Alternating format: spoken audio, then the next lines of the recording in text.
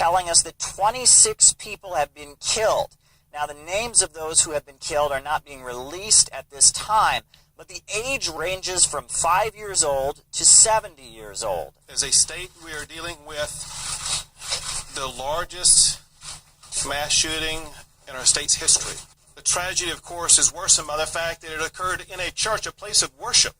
Now, the perpetrator of the attack was then described by the Texas Director of Public Safety, Martin Freeman. The suspect has not been completely identified.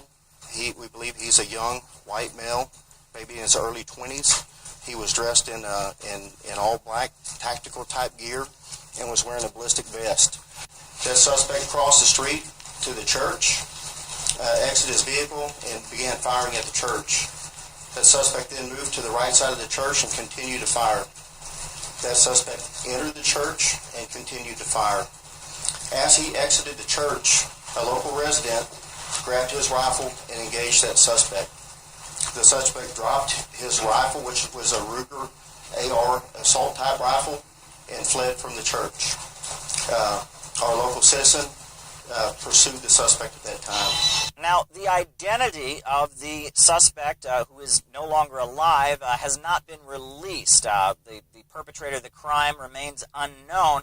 We don't know the names of the victims. Now, we do know this shooting took place at the First Baptist Church located in Sutherland Springs. Now, Baptists are one of the largest denominations among Protestant Christians in the United States, and this was a very small church. On the average Sunday, they had roughly 50 people in attendance. Well, we now know that 26 of the people attending, of the roughly 50 in church, that questions still remain, questions about the motive, but as of now, we do have a description of the perpetrator, who was wearing all black, and the weapon he used. It was a Ruger assault rifle that was used to carry out this massacre. Well, as you heard there from our correspondents, there's been no official confirmation of the identity of the attacker, but American media has named the suspect as 26-year-old Devin Kelly. Apparently he served in the U.S. Air Force, but was court-martialed back in 2012 on charges of assaulting his wife and child. As a result, he was dishonorably discharged from the military. Here's how witnesses and relatives of the victims described what happened around them.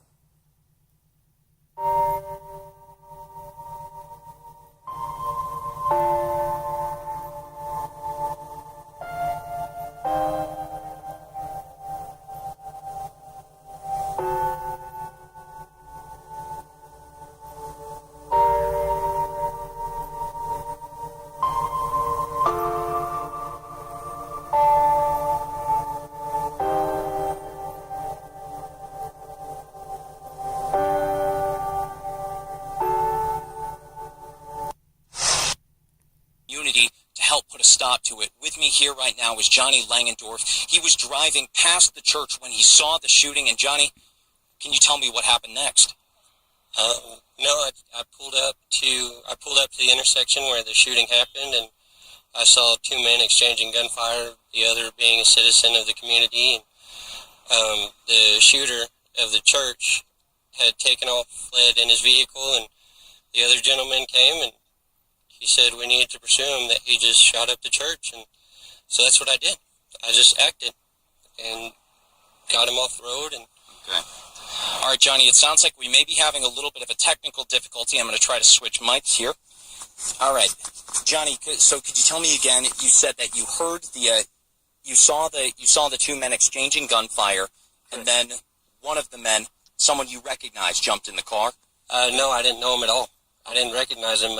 He just was a member of the community, and whenever he came to my vehicle in distress and with his weapon, he explained very quickly what happened, and he got in the truck, and I knew that it was just time to... It was time to go? Yes, sir. All right, so tell me about that. Tell me about following this guy. Was it high speed? Was he driving normally all over the place? What was it like? No, sir. He got a little bit of a jump on us, and so we were doing about 95 down 539. Going around traffic and everything. Eventually he came to kind of a slowdown, and after that we got within just a few feet of him, and then he got off the road. How did that happen? Did you guys bump him, or did he lose control by himself? He just lost control, and then that's whenever I put the vehicle in park, because I was still on the phone with dispatch, and the other gentleman jumped out and had his rifle drawn on him, and and he didn't move after that. Okay, so I understand you guys called police as you were chasing him. Yes. Now, did you lead them to that point? Did they meet you there? Or No, we led them to there. He was headed northbound on 539, and everybody else was headed to the church. All the officers were responding to the church. So how long before police arrived at that scene? From the time we actually stopped, it was about 5 minutes, 5 to 7 minutes. And so the neighbor just kept his gun trained on him for that long? Yes, sir. All right, was the man moving? Was he injured? No, I don't know. We didn't get close enough. We asked him to get out and no response. So what next? What happened once the police arrived? Just the police arrived and they pushed us back, and then they took care of the rest. I didn't see anything after that. All right, Johnny, what was going through your mind during this chase? I mean, you're chasing a shooter. You've heard he's just shot up a church in your hometown. What's going through your mind? Try and get him, to get him apprehended or whatever needed to happen. I mean, it was strictly just acting on what the right thing to do was.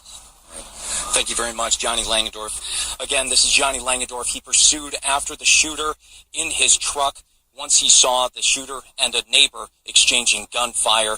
The shooter, as we have heard, has been confirmed dead.